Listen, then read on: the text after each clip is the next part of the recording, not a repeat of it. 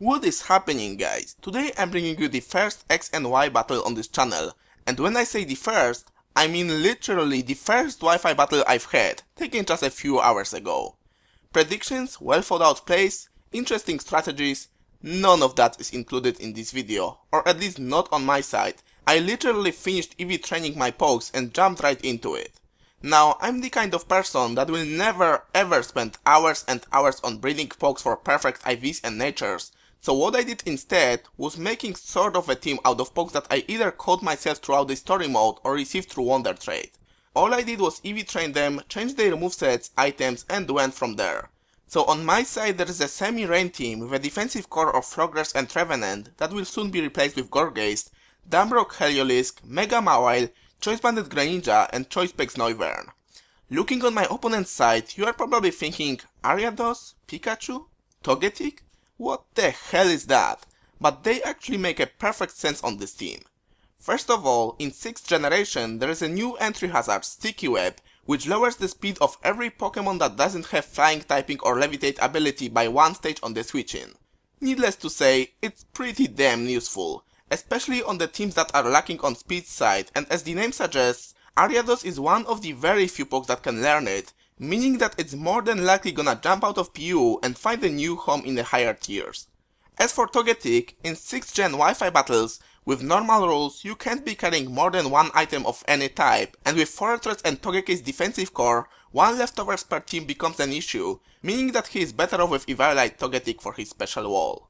Finally, my opponent's name is Pikacrew, so although Pikachu didn't really gain anything in 6th gen, it wasn't much of a surprise to see it on his team. Alright, enough talk, let's finally get into it.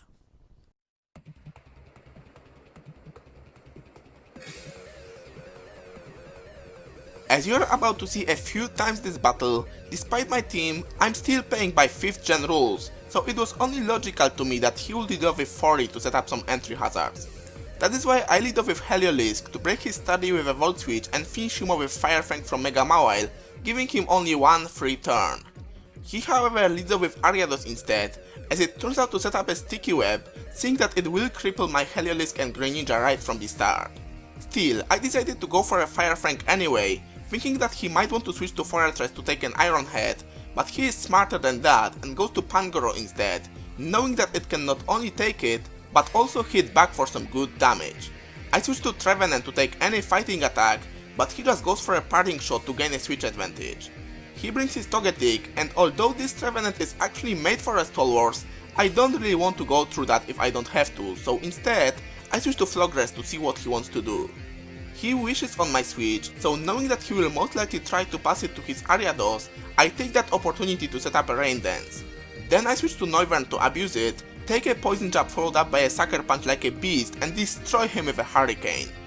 Back comes Togetic, and I know that Noivern might come in handy later, so I switch to Heliolisk and take barely any damage from Ancient Power after Dry Skin recovery. Then I go for a Surf, predicting a Pikachu, because as I said, I'm still thinking 5th gen, and in 5th gen, almost every Pikachu had a Lightning Rod. However, either that is no longer the case in X and Y, or he just didn't want to risk a switch, so he sets up another Wish and then passes it to Fortress as I Volt Switch out to Mega Mawile and score a random crit, because of which he doesn't regain his sturdy even after Wish and leftovers. Right there we can see Sticky Web taking its toll, making my Mawile slower than his Fortress, but still, he only gets to set up his Stealth Rocks, since I get another crit with a Fire Fang. I always tend to get the crits when I'm not asking for them, but as you are soon going to see, additional spikes or toxic spikes wouldn't make a difference to what happens from there. He brings his Pikachu, and afraid that he might want to set up a substitute predicting my Sucker Punch, I go for an Iron Head, but he just Volt Switches right out, and boosted by a Light Ball, it does a lot. But in return, I straight out one-hit KO his Togetic, since with part Fairy type it gained weakness to Steel. Then he brings his Mega Charizard Dex, sets up a Dragon Dance, and this right there is what cost me this game.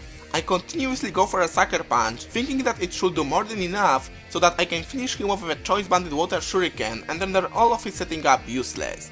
But obviously, the one thing that I have forgotten is that unlike Mega Charizard Y, X is a part Dragon type, meaning that Water Shuriken is only neutral against it, and I get only 2 hits off, so it doesn't take him out and he just destroys my Greninja with a Dragon Claw.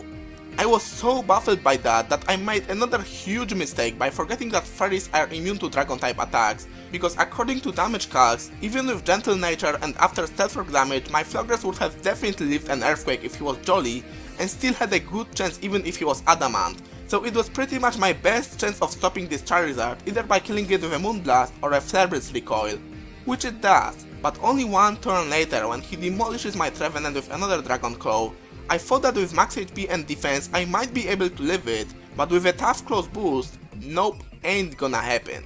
So only now I realize that I let my Trevenant die for no reason, but even with just my Heliolisk left, I still have a chance of taking this game, because even though by the amount Fire Fang from my Mawile did to his Pangoro, I can tell that he's running max HP, Stab Thunder coming from his Spectable base 109 special attack will do from 54 to 64%, which looks exactly like the amount he has, but unfortunately it misses. He easily takes him out with a Sky Uppercut, and that is the game.